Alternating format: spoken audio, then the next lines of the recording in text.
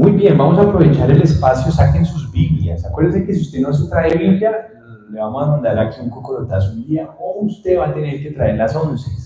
Entonces tiene que traer Biblia, porque cuando uno va a la iglesia, pues tiene que llevar el arma, ¿no? Con la que usted debe ir aprendiendo. Bien, entonces saquemos la Biblia en este momento. Los chicos me avisan si estamos ok. Ok, muy bien. Entonces, nosotros en los últimos 2 fines de semana atrás, los cuales no nos pudimos ver presencialmente, estuvimos hablando de un personaje. ¿Cuál fue ese personaje? Pablo, muy bien. Y estuvimos hablando de escritos, algunas porciones escriturales que escribió el apóstol Pablo. Sin embargo, hoy vamos a hacer un análisis un poquito, porque nos va a enriquecer mucho y seguramente va a tocar fibras de cada uno de nosotros y de nuestra vida, de otro famoso, el apóstol. ¿Cuál es otro famoso? Si uno escucha Pablo, ¿cuál se nos acuerda? Pedro. De hecho, ¿de cuál otro no se acuerda? Hay 3 que uno siempre se acuerda. Juan. De ahí para abajo uno ya empieza como a rengar, ¿no? De los demás. Pero todos, no es que ellos fueran los más importantes, sin embargo, son muy resaltados porque tienen un gran protagonismo en las escrituras y tienen de pronto más información de las que de pronto los demás apóstoles tienen, ¿bien? Entonces, por eso es que no es que sean mejores, pero tenemos más información de ellos. Entonces, hoy vengo a hablarles un poquito de lo que Dios ha hecho a través de este hombre y de cómo trabajó en la vida y en el carácter de este varón. Porque esto nos va a dejar muchas huellas de cómo Dios y principios de cómo Dios trabaja en nuestro carácter, en nuestra vida. Entonces, yo quiero que empecemos abriendo, permítanme un momento, aquí los voy a guiar, y que vayamos abriendo. Uy, ¿qué se me hizo ahora? Dios mío. Lo tenía por aquí. Ya. Vamos a ir a analizar el primer momento en que aparece en la escritura Pedro. El primer momento fue cuando Dios lo llamó. Todos los hijos de Dios tenemos ese primer momento, cuando Dios nos llama. ¿A qué edad Dios lo llamó a usted? ¿Podría usted identificarlo? Yo tengo exactamente mi edad. Me llamó a los 18 años. No antes, no después. A Pedro lo llama y leamos rápidamente esa porción bíblica. Mateo, vaya conmigo a Mateo, capítulo 4, versículo 18. Entonces, cuando usted va a Mateo 4, 18, va a ver cómo Jesús, Yeshua, en ese momento, habla y busca y llama de una manera directa a Pedro. Usted es Mateo 4, 18. ¿Ustedes ya saben a qué se dedicaba Mateo? ¿Usted lo sabe? No, perdón, Mateo no. Dice mal la pregunta. ¿A qué se dedicaba Pedro? Pescador. Pedro era un pescador. Esa era su vida. De eso venía su sustento. Mateo 4, 18 nos dice lo siguiente. Veamos. Vaya conmigo aquí, denme un segundo, ya estoy llegando ya. Mientras caminaba junto al mar de Galilea, Jesús vio a 2 hermanos. Uno era Simón, llamado Pedro, y el otro era Andrés. 2 hermanos. Ambos fueron llamados por el Señor a seguirlos como discípulos, para luego enviarlos como apóstoles. Ambos hermanos. Estaban echando la red al lago, pues eran pescadores. Vengan, síganme, les dijo Jesús, y los haré pescadores de hombres. Al instante dejaron las redes y los siguieron. Ellos no titubearon cuando el Señor los llamó y ocurrió ese llamado. Dios los llama. Y así cada uno de nosotros, si yo les preguntara hoy, ¿usted sabe cuándo Dios los llamó? ¿Cuándo abrió? Porque esto es ambiguo para algunas personas. Estamos esperando es que haya una revelación extraña donde algo sobrenatural de repente aparezca y Dios nos hable. ¿Será eso que me estoy refiriendo en un llamado? ¿Cuántos lo vivieron de esa manera? Yo no. Pero yo descubrí cuando Dios me llamó, porque a los 18 años se me abrió el entendimiento y entendí y creí que Él existía y que yo me podía comunicar con Él y que todo lo que decían las Escrituras era verdad. Ese fue el día en que yo entendí que Él me llamó. Así no entendiera lo que dijeran las Escrituras todavía, pero yo creí que este libro sagrado era la palabra de Dios y creí que Él existía. Ese fue el día en que se me abrió el entendimiento, que pasó de ser algo como una religión, pasó de ser una convicción, pasó a ser algo por lo cual yo ya no iba a poder ser igual. Ese fue el día de su llamado. ¿Lo puede identificar? O algunos quizás van a ser llamados, todavía no ha ocurrido ese día. Porque que uno vaya a una congregación o esté asistiendo a una iglesia, no quiere decir que aún se le haya abierto el entendimiento. Así que este fue el día en que Jesús llamó a Pedro. Pedro empezó a andar con él un tiempo. Y otro momento clave de Pedro fue cuando. ¿Se acuerdan una pregunta que hizo Jesús a sus discípulos? Famosa, y él fue el que respondió de una manera certera. ¿Cuál fue? ¿Ustedes quién creen que soy yo? Bueno, al principio les pregunto otra cosa, ¿qué dice la gente? ¿Qué opina la gente? ¿Qué cree la gente? ¿Qué dice quién soy yo? Entonces ellos le respondieron, unos dicen que eres Elías, otros dicen que eres no sé quién, y otro que este es el profeta, y otros. Y después les preguntó, y ustedes, les dijo a sus discípulos, entre ellos estaba Pedro. Ese fue el otro momento clave de Pedro. ¿Ustedes quién cree que soy yo? ¿Cuál fue la respuesta titánica que es famosa de Pedro? ¿Qué fue lo que respondió? Pues vamos a leer. Vaya conmigo también a Mateo, pero capítulo 16. Es que esos son momentos de Pedro, porque aquí vamos a empezar a descubrir cosas que pueden y tienen que ver con nuestra vida también. Mateo 16:13. Llegue conmigo allá. 16:13. Mateo capítulo 16, versículo 13. 13. Ajá. Y dice así, cuando llegó a la región de Cesarea de Filipo, Jesús preguntó a sus discípulos, ¿quién dice la gente que es el Hijo del Hombre, es decir, él? Le respondieron ellos, unos dicen que eres Juan el Bautista, otros dicen que eres Elías, y otros que Jeremías o uno de los profetas. ¿Y ustedes quién dicen, o qué creen, quién dice que soy yo? Les preguntó. Tú eres el Mesías, el Cristo, el Hijo del Dios viviente, afirmó Simón Pedro.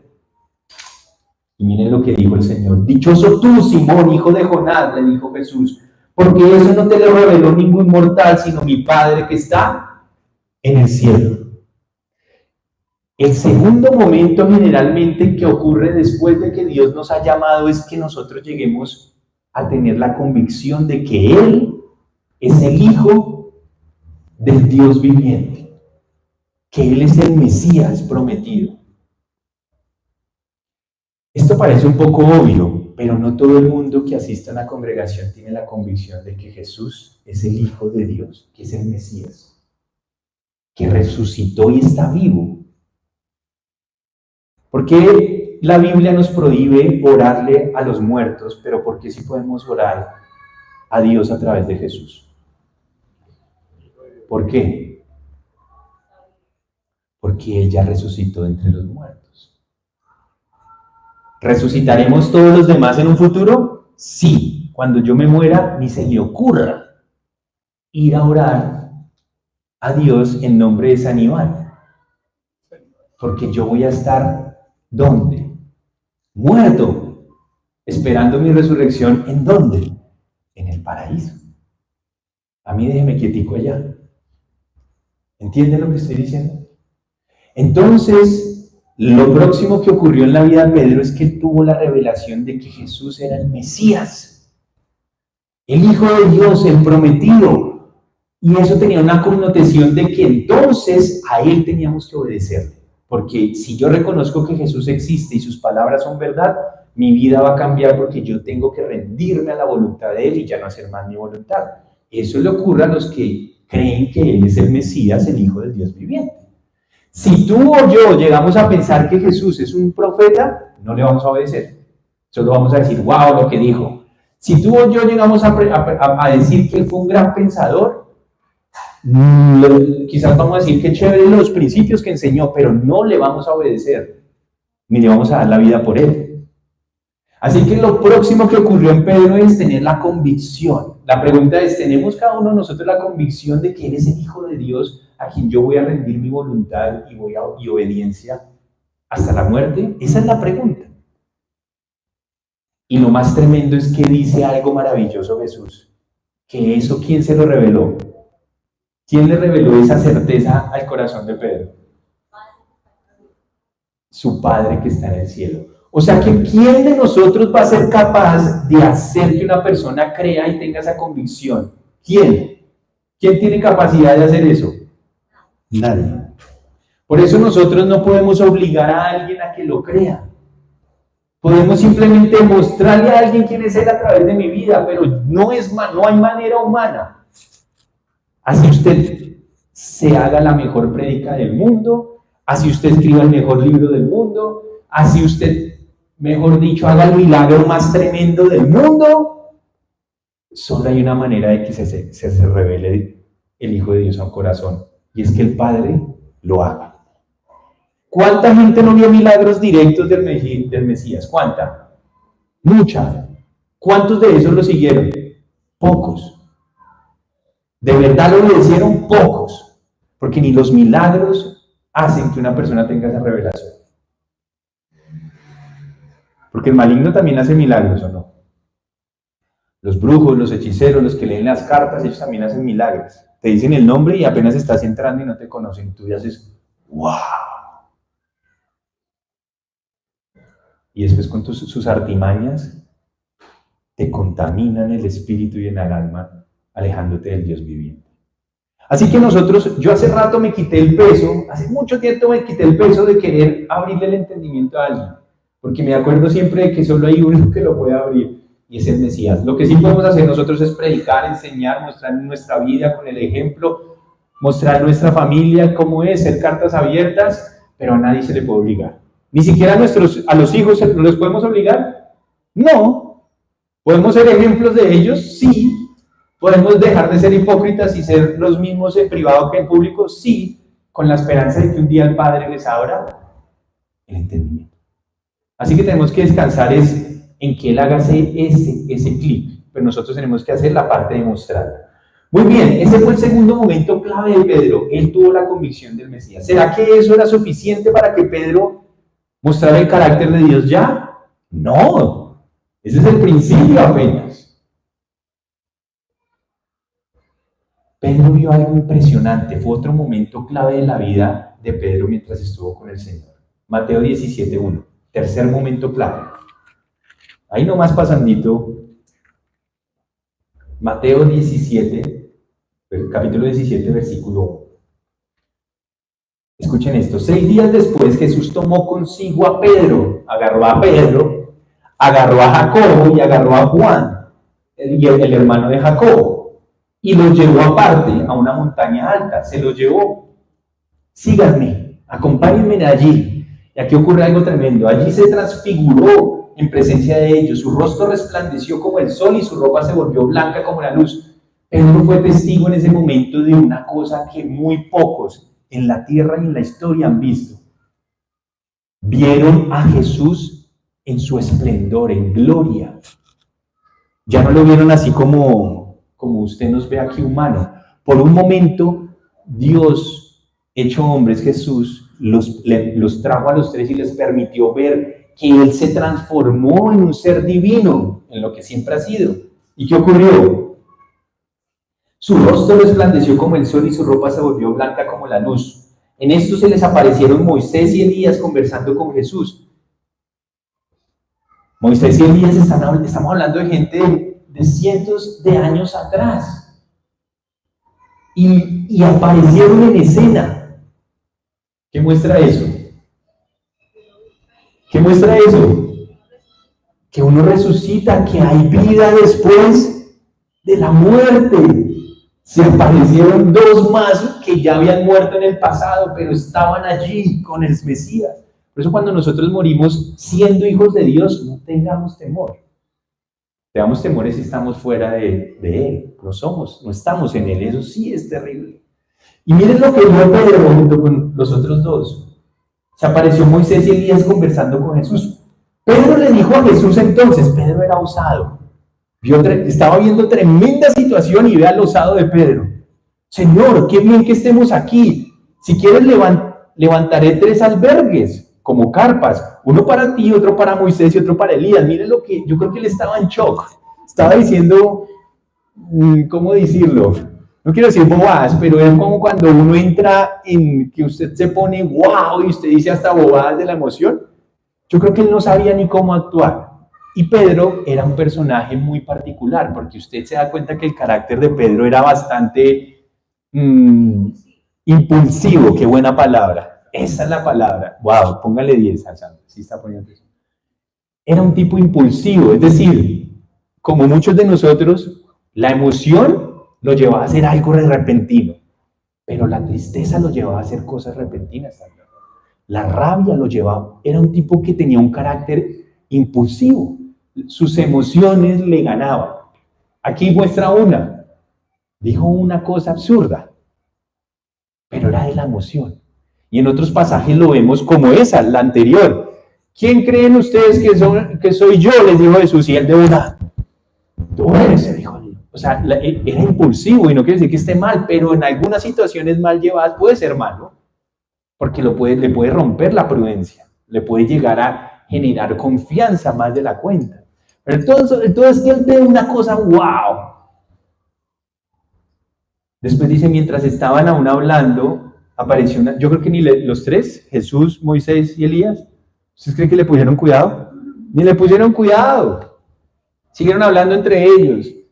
Mientras estaba aún hablando, apareció una nube luminosa que los envolvió, de la cual salió una voz que dijo, este es mi hijo amado, estoy muy complacido con él, escúchenlo. ¿Qué es lo que Dios quiere que estemos?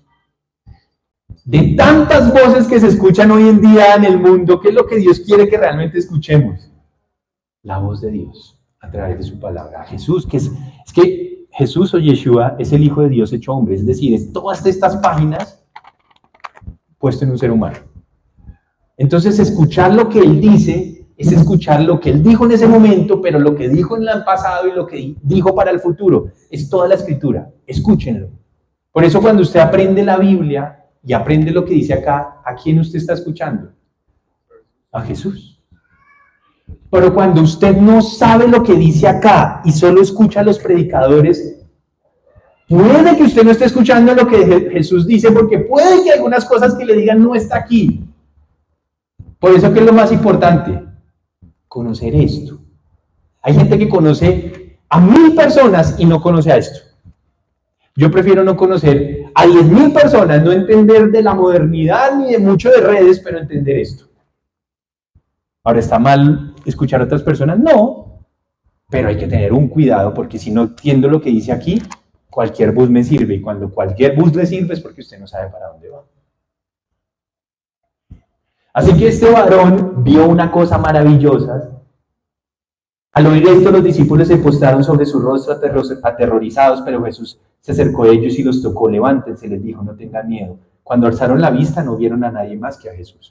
Tuvieron una visión de algo sobrenatural. ¿Podríamos nosotros tener una situación sobrenatural en nuestra vida? ¿Podría permitirlo Dios? Sí. ¿Quiere decir que somos más o mejores que los demás? No. Pero Dios estaba por algún motivo dándoles pruebas visibles a estos 3 discípulos de su identidad. Vamos a otro momento clave de Pedro. Una de las que ustedes conocen. Esta es clave porque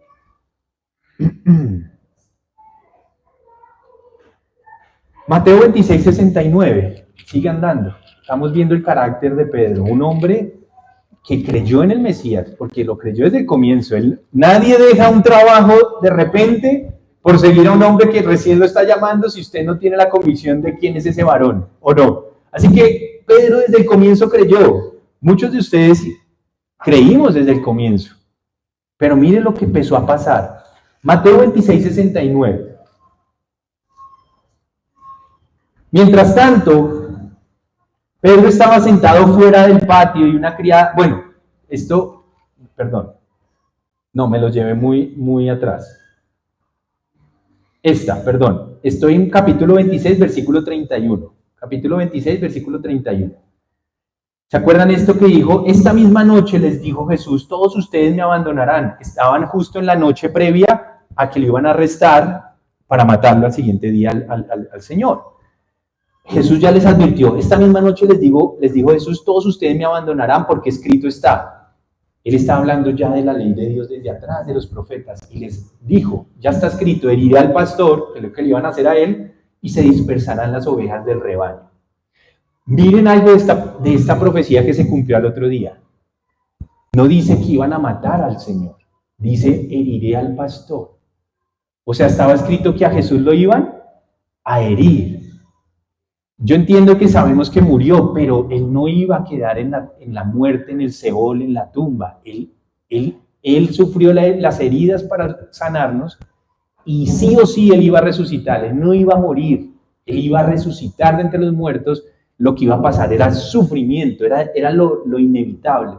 Y se dispersarán las ovejas del rebaño, es decir, sus discípulos. Ya estaba escrito. Pero después de que yo resucite, iré delante de ustedes a Galilea, les aseguró. Aunque todos te abandonen, miren lo que dijo Pedro en la situación. Jesús le estaba asegurando a ellos, ustedes me van a dejar solo. Y les estaba asegurando que los iba a volver a ver después de resucitar. Pero viene el impetuoso y el impulso de aquel Pedro y le dice, aunque todos te abandonen, yo jamás lo haré. Jamás lo haré. ¿Cuántos de nosotros hemos hecho promesas a Dios y no las cumplimos? Del impulso, porque a veces estamos demasiado contentos y entonces le decimos a Dios, voy a hacer esta. Y cuando estamos demasiado tristes, le prometemos incluso cosas de otra índole a veces. Y qué tremendo que el impulso de Pedro lo llevó a decirle eso, a pesar de que el Dios, creador de los cielos y la tierra, acababa de asegurar que lo iban a dejar. Y mire lo que le dice el Señor. Te aseguro, le contestó Jesús, que esta misma noche, antes de que cante el gallo, me negarás 3 veces. Pero insistió. Oiga, y le estaba diciendo lo que iba a pasar e insiste. Aunque tenga que morir contigo, insistió Pedro, jamás te negaré. Yo creo que Jesús dijo, ya vas a ver. ¿Cierto? Y es que nosotros, quiero que vean lo que pasó antes. Un hombre que dejó su trabajo sin dudar, que aseguró valientemente y correctamente que él era el Hijo de Dios, el Mesías, que vio a Moisés y Elías hablando con Jesús en una visión tremenda, o sea, vio algo ¡wow! No iba a poder aguantar cuando llegara el tiempo difícil. Su carácter todavía no había pasado por el fuego. Porque es que todos nosotros al principio somos muy impetuosos cuando ya creemos en Dios, pero Jesús sabe que tenemos que pasar por fuego. Y cuando hablo por fuego es por pruebas. Todo hijo de Dios tiene que pasar tarde que temprano por pruebas. Porque si no permite Dios que pasemos por pruebas, nuestro carácter no va a madurar. Nuestro carácter va a seguir siendo el de un hombre impulsivo o una mujer impulsiva que promete y empieza cosas, pero no las va a poder terminar delante de Dios. Quizás a veces delante de los hombres, pero no delante de Dios. Así que en este momento, cuando Pedro dice eso, creo yo, se fue esa noche pensando, le demostraré algo.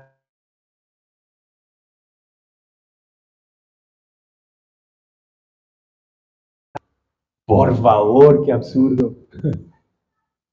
Yo creo que él dijo, voy a demostrarle a Jesús que lo que él dijo no es real, o por lo menos no es real en mi vida, porque yo estoy para las que sea con él. Nada me va a ahuyentar, yo si tengo que dar la vida, la doy. Y ya ustedes conocen la historia. ¿Qué pasó? Cuando lo arrestan a él, varias personas, 3 específicamente, lo acusan diciendo, él estaba con el que acaban de arrestar. Y él entró en pánico, el impulso se le acabó, porque un impulsivo, así como cuando está en momentos de auge y de ímpetu, dice grandes cosas y grandes promesas, pero cuando entra un momento de crisis, se desinfla rápidamente. El que tiene carácter no quiere decir que no puede disfrutar las cosas amables de la vida, ni que no puede llorar en las que no son tan amables. El que tiene carácter es que, aunque llore o aunque se alegre, su carácter o su confianza en Dios no mengua. Es una persona que ni las grandes riquezas ni las grandes felicidades lo llevan a exasperarse, pero las grandes tristezas tampoco los llevan a derrumbarse. Alguien con el carácter de Dios aprende a caminar no por las situaciones, sino porque sabe cuál es la meta, que es Él en el futuro, que es la vida eterna con Él.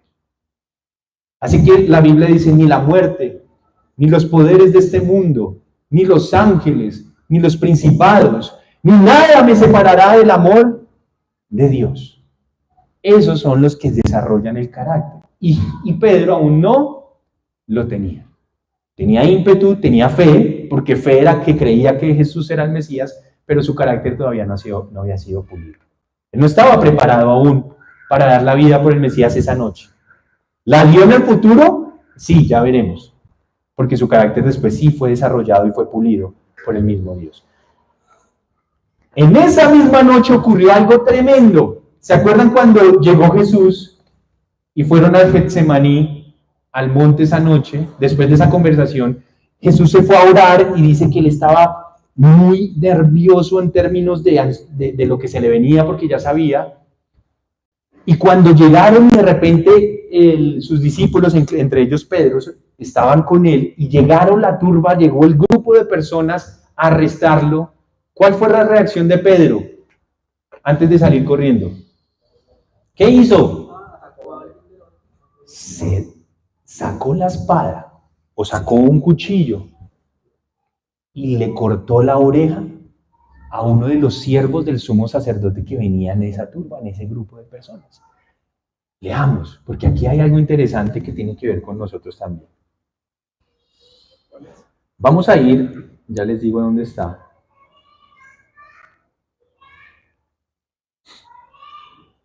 Está en Juan, libro de Juan, capítulo 18, versículo 10. Juan, capítulo 18, versículo 10. Vamos bien, ¿verdad? Dice, Simón Pedro, que tenía una espada, la desenfundó y hirió al siervo del sumo sacerdote, cortándole la oreja derecha. Mandó a que él lanzó a herirlo, incluso a matarlo. Porque era impulsivo, ¿verdad? En un momento de amenaza, su defensa, ¿cuál era? La fuerza. Atacar, la violencia.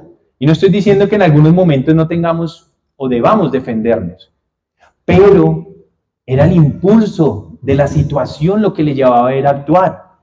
¿Y qué ocurrió? El siervo se llamaba Malco. Nos cuentan incluso cómo se llamaba el siervo. Vuelve esa espada a su funda, le ordenó Jesús a Pedro. ¿Acaso no he de beber el trago amargo que el Padre me da a beber? Porque Jesús discernió, y escuche esto, Jesús sabía que esa mala situación que se le avecinaba era voluntad de Dios. Así que le dijo, guarda esa espada porque no puedes impedir que yo beba el trago amargo que debo ahora beber. Lo que pasa es que algunos de nosotros pensamos que caminar con Dios es que nunca vamos a beber un trago amargo, un tiempo de amargura. Y eso es mentira, porque ahí es cuando se pule muchas de las cosas. Y entonces le mandó a guardar la espada. Y finalmente fue cuando después huyó. También dice la escritura que Jesús le sana la oreja, le vuelve a poner la oreja a Malco. No sé qué habrá pensado Malco esa noche y de ahí en adelante. Pero aquel que él fue a arrestar le hizo un bien. Y eso es otro mensaje. Nosotros tenemos que pagar con bien incluso a los que nos van a asesinar. El Señor pagó con bien a uno de los que lo iban a arrestar. ¿Cuántos de nosotros lo hacemos constantemente? ¿Cómo nos cuesta, verdad? Pero lo que quiero hablar es de Pedro, porque Pedro en este instante mostraba que él creía que la vida en el Señor era de defenderse, era impulsarse a hacer cosas y con su fuerza ganar. Eso fue lo que demostró con su espada y el atacar a Malco. Luego viene la muerte del Señor, ¿verdad? La resurrección del mismo. ¿Cómo se sentiría Pedro después de que el Señor finalmente murió y todo lo que le dijo de que lo iba a negar se cumplió? Él no fue capaz de mantenerse firme, huyó. ¿Y qué es lo que uno hace cuando se siente mal con Dios? Cuando cree que ya no servimos para servirle, valga la redundancia, al Señor. ¿Qué es lo que generalmente nosotros tendemos a hacer? ¿Qué es? Volver al comienzo.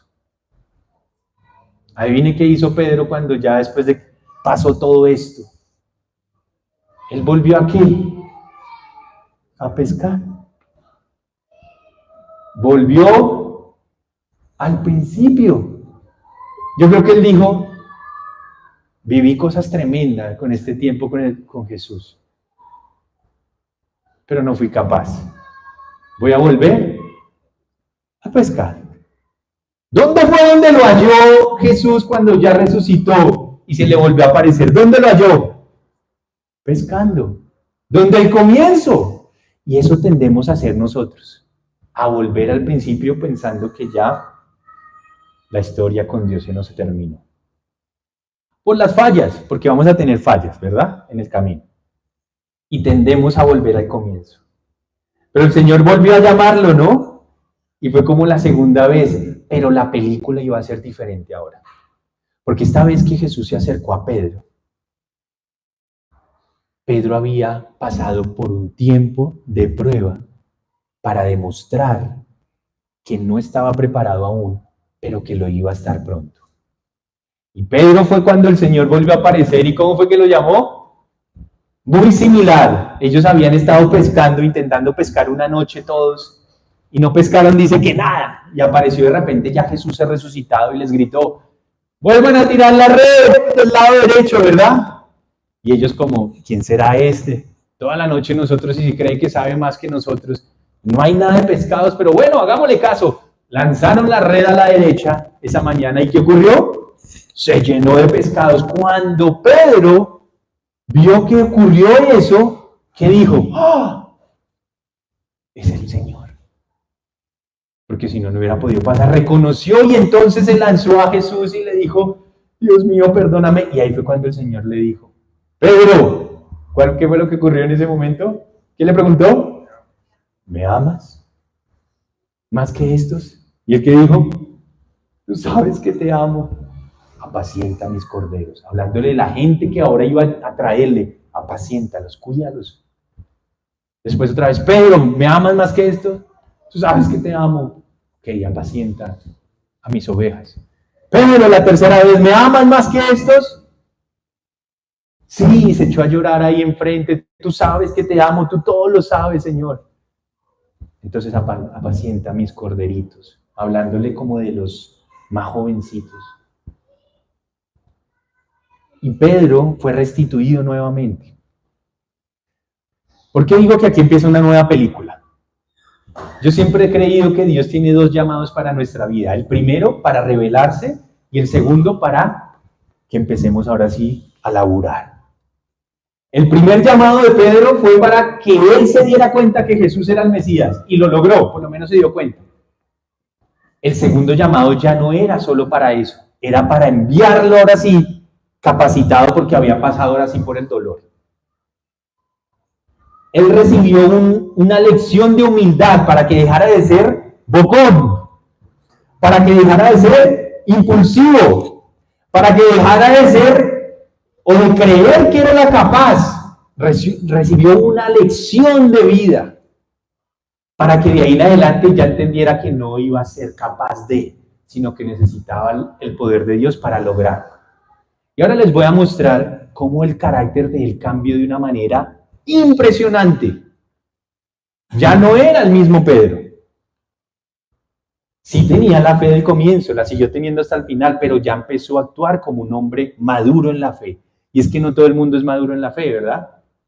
Muchos andan todavía en la etapa de Pedro en el comienzo, impulsivos, se quejan por todo, cuando está todo bien, wow, pero cuando está todo mal, están en el piso, sus emociones todavía los domina, y no quiere decir que no crean en Dios, porque él creía, pero no era capaz. Pero entonces Dios hace la cirugía de dejarlos pasar por el dolor, por la amargura, por el llanto, por tiempos de oscuridad.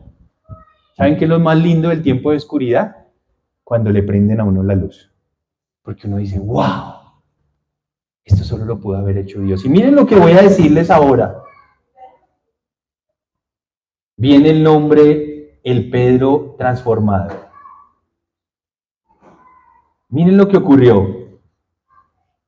Versículo, Hechos 2:14. Aquí ya vamos a la recta final. Libro de Hechos, capítulo 2, versículo 14.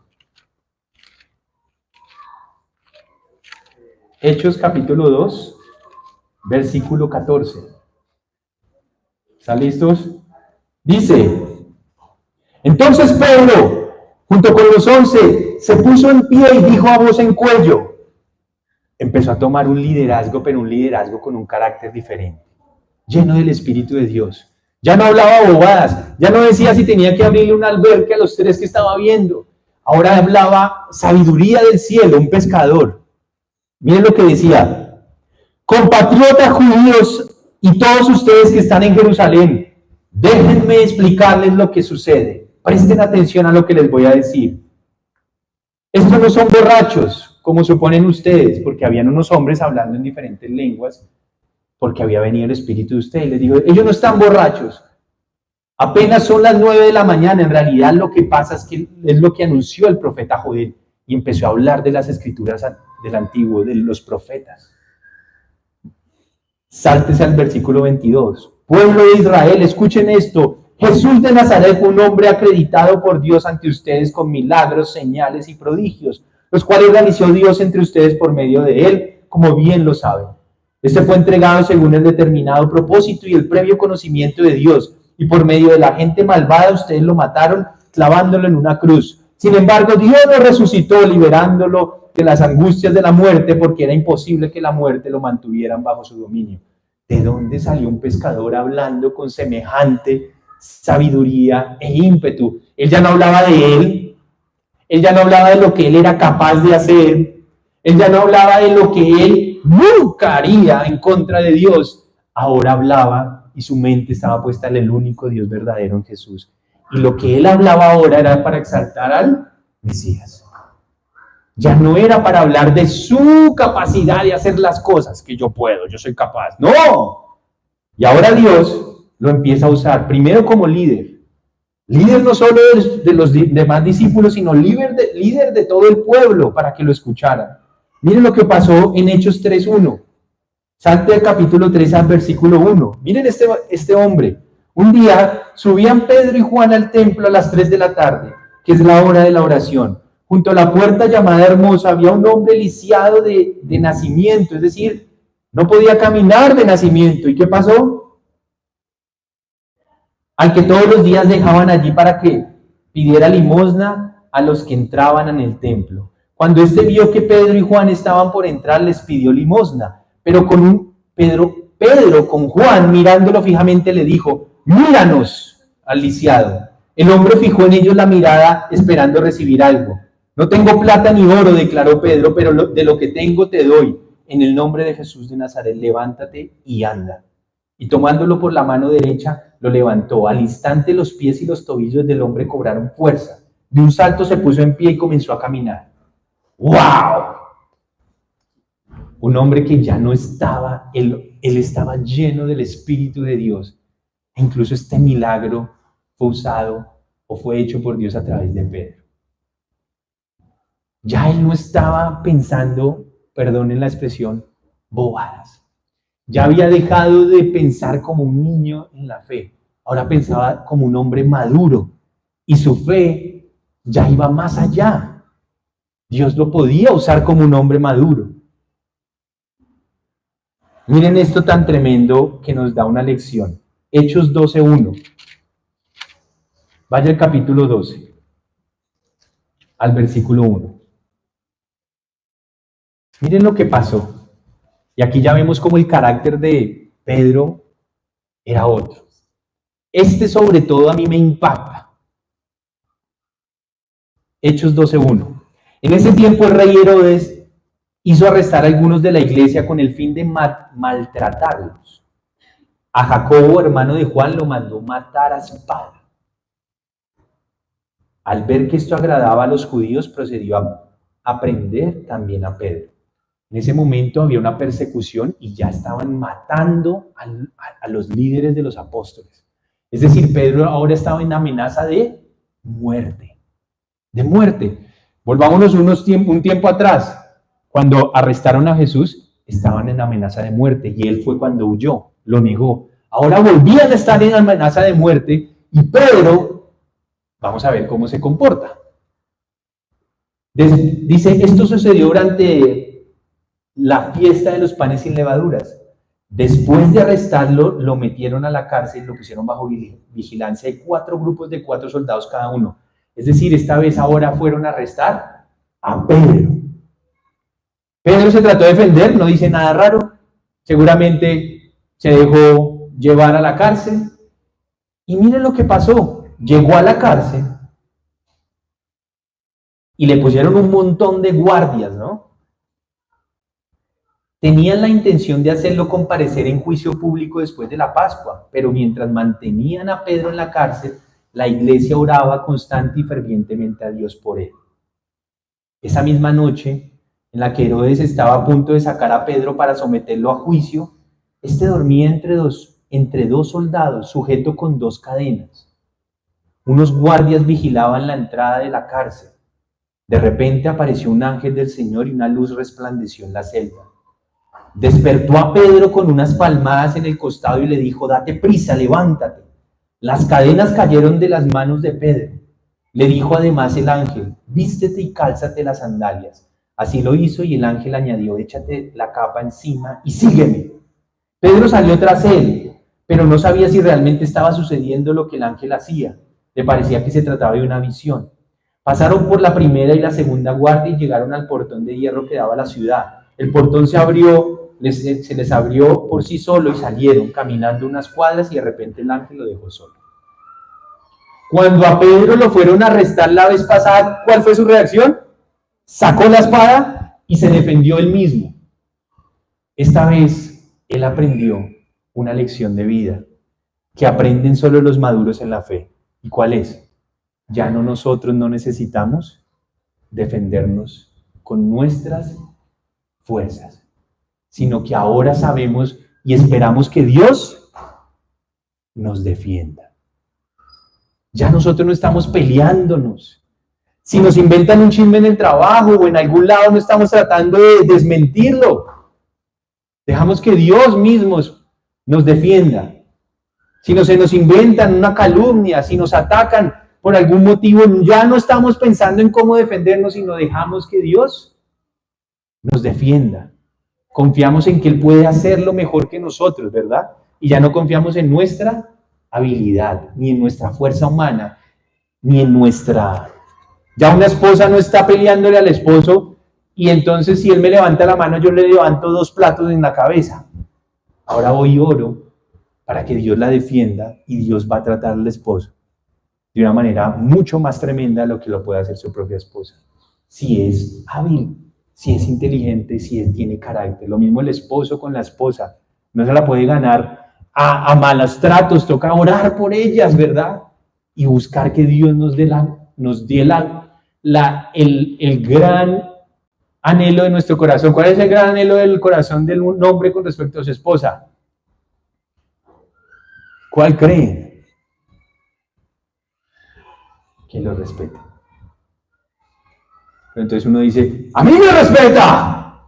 y entonces malo y respetan a uno. Ay, no, pues estamos.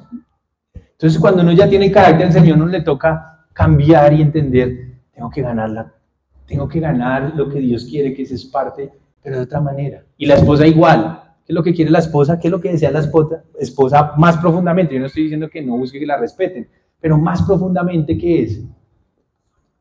Amor, que la amen, ¿verdad? Pero entonces la esposa cree que se lo tiene que ganar con X o con Y. No, y a veces confundimos la manera. Entonces, como Pedro, el carácter es, voy a dejar que Dios lo haga. Que nosotros nos desesperamos por tratar de hacerlo a nuestra manera. Y esta es la historia de Pedro. Después Pedro es arrestado. Aquí lo salvan, pero después lo iban a matar. Y aunque no está escrito, se cuenta que él muere crucificado y que él pide, hay historiadores que lo dicen, que pide que lo crucifiquen es de para abajo, porque él sentía que no era digno de morir igual que el maestro, que el Mesías. Es lo que cuentan los historiadores. Pedro es un vivo retrato de muchos de nosotros que cuando arrancamos la etapa de nuestra fe, parecemos como ¿cómo dicen eso? Un cohete. Pero que Dios tiene que hacernos una cirugía a través del dolor, a través del llanto. ¿Para qué? ¿Para qué hace Dios eso? Para que nosotros bajemos el orgullo y entendamos que nosotros no podemos servirle a Él a menos de que Él lo haga en nosotros. Cuando esa última cosa que acabo de decir ocurre en nuestra vida, cuando el orgullo baja a cero y la humildad florece y tenemos una dependencia 100% de Él y de lo que Él quiere y lo que Él actúa en nuestras vidas y en la de nuestro alrededor, entonces estaremos listos ahora sí para ser una herramienta útil en las manos de Dios. Y lo más maravilloso viene después. Ya no tenemos que estar peleándonos y dándonos y defendiéndonos porque ya empieza Él a orar y nosotros a dejarlo actuar. Que el Señor nos ayude.